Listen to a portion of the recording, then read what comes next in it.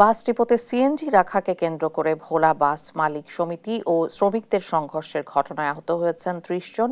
এছাড়া ৪টি বাস ও কয়েকটি সিএনজিতে আগুন দেওয়ার ঘটনাও ঘটেছে। এর প্রতিবাদে অনির্দিষ্টকালের জন্য মালিকরা বন্ধ রেখেছেন বাস চলাচল। এ নিয়ে আরও জানাতে সরাসরি যুক্ত হচ্ছেন সহকর্মী ছোটন সাহা। ছোটন, বাস বন্ধে মালিকরা কি বলছেন আর যাত্রীদের প্রতিক্রিয়া কি?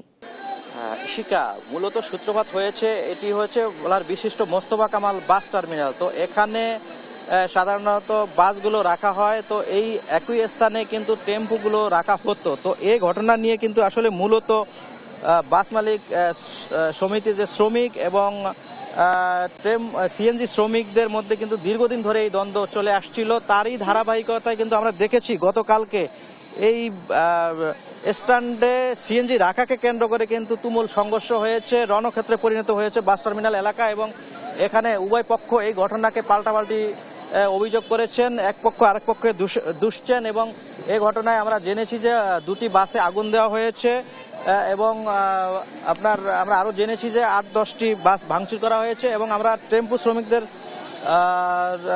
শ্রমিকদের সাথেও কথা বলেছি, তারাও কিন্তু পাল্টা অভিযোগ তুলেছেন এবং তারা বলছিলেন তাদেরও কিন্তু ৭ থেকে ৮টি সিএনজি ভাঙচুর করা হয়েছে, এমনটি কিন্তু আমরা জেনেছি। এবং তারই ধারাবাহিকতায় আমরা দেখেছি আজকে সকাল থেকে এই দুপক্ষের সংঘর্ষের ঘটনায় কিন্তু বাস মালিক সমিতির পক্ষ থেকে এখানে অনির্দিষ্টকালের জন্য বাস চলাচল বন্ধ করা দিয়েছেন। তারা বলছিলেন যে বাস ভাঙচুর এবং বাসের শ্রমিকদের উপর হামলার ঘটনায় বিচারের দাবিতে তারা এই কর্মসূচি ডাক দিয়েছেন এবং একই সাথে কিন্তু তারা মামলার প্রস্তুতি নিয়েছেন। এবং আজকে সকাল থেকে আমরা যেমনটি দেখেছি, সকাল থেকেও কিন্তু এই ঘটনাকে কেন্দ্র করে উত্তেজনা ছড়িয়ে পড়েছে। যদিও বাস টার্মিনাল এলাকায় আমরা দেখেছি বিপুল সংখ্যক পুলিশ কিন্তু মোতায়েন রয়েছে, তারা পরিস্থিতি শান্ত করার চেষ্টা করছে। কিন্তু আজকে সকালেও দেখেছি আমরা বেশ কিছু কিন্তু সিএনজি কিন্তু তারা বিক্ষুব্ধ যারা শ্রমিক রয়েছেন তারা কিন্তু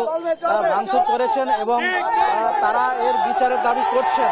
এবং তারা বলছিলেন যে এই বিচার না পর্যন্ত তাদের বাস চলাচল বন্ধ রাখা হবে এবং এই দাবিটি তারা বিচারের দাবি মূলত তুলেছেন। এবং আমরা কথা বলেছি আইন শৃঙ্খলা রক্ষাকারী বাহিনীর সদস্যদের সাথে, তারা আমাদেরকে যে বিষয়টি জানিয়েছেন, তারা বলছিলেন যে দুই পক্ষের সাথে তারা বসবেন এবং এটি একটি সুষ্ঠু সমাধানের চেষ্টা তারা কিন্তু করবেন। এবং বাস মালিক সমিতি থেকে নেতৃবৃন্দ, সাংগঠনিক সম্পাদক আমাদেরকে বলছিলেন যে এটি আসলে সিএনজি শ্রমিকরা কিন্তু উঠে তাদের গায়ে পড়ে লেগেছে এবং এ কারণে এই দ্বন্দ্বের সূত্রপাত। অর্থাৎ তারা যদি এই বিষয়টি যদি উত্তেজনা না করতো সেক্ষেত্রে এ ধরনের সংঘর্ষের ঘটনা ঘটে না, এমনটি বাস মালিক সমিতির পক্ষ থেকে বলা হয়েছে। এবং তারা বলছিল এই ঘটনার তারা সুষ্ঠু যে মীমাংসা সেটি চাচ্ছেন এবং দোষীদের বিচারও কিন্তু চাচ্ছেন।